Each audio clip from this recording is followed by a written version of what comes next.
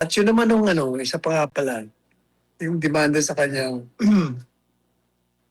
meron daw siyang planong pagpatay at nag-hire na daw siya ng assassin.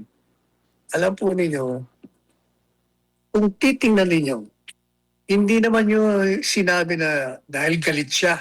Hindi yun eh. Yung mga salitang pahayag ni VP Sara ay sagot doon sa tanong ng isang vlogger. Ang tanong ng vlogger ay ganito, Vice Presidente Sara, paano na ho yan?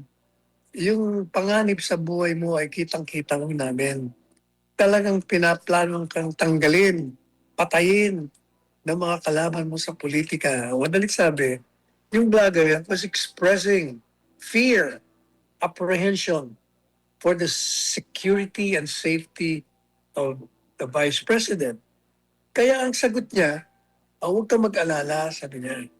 Pag ako pinatay nila, may nakausap na ako na itong mga taong ito, yung ninalanan niya nga, ito mga pumatay sa akin. Kaya gantihan niyo ako. Yun o hindi ho yun pang sinasabing pagbabanta. Kasi unang-una, yung banta niya, kondisyon doon sa pag siya'y pinatay. Madalit sabi, walang krimen doon. Pangalawa, yun o ay sagot doon sa tanong. Madalit sabi, parang pinapatay ka na, papatayin ka. Anong gagawin mo? Hindi ba sa ilalim ng batas natin, pwede kang, pwede mong gamitin ang karahasan upang ipagtanggol mo ang sarili mo.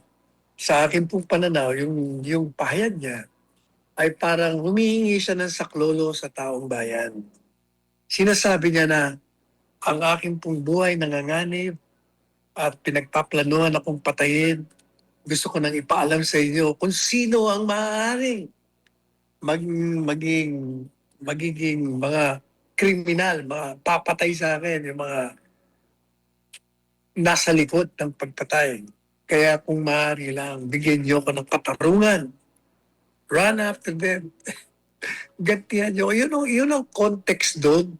Kaya wala akong krimen yun. Yun ang mga kalakaran na dapat po iniintindi. Kasi ang problema kasi, ang mga kalaban niya, syempre, hindi nila ipapaliwanag yon.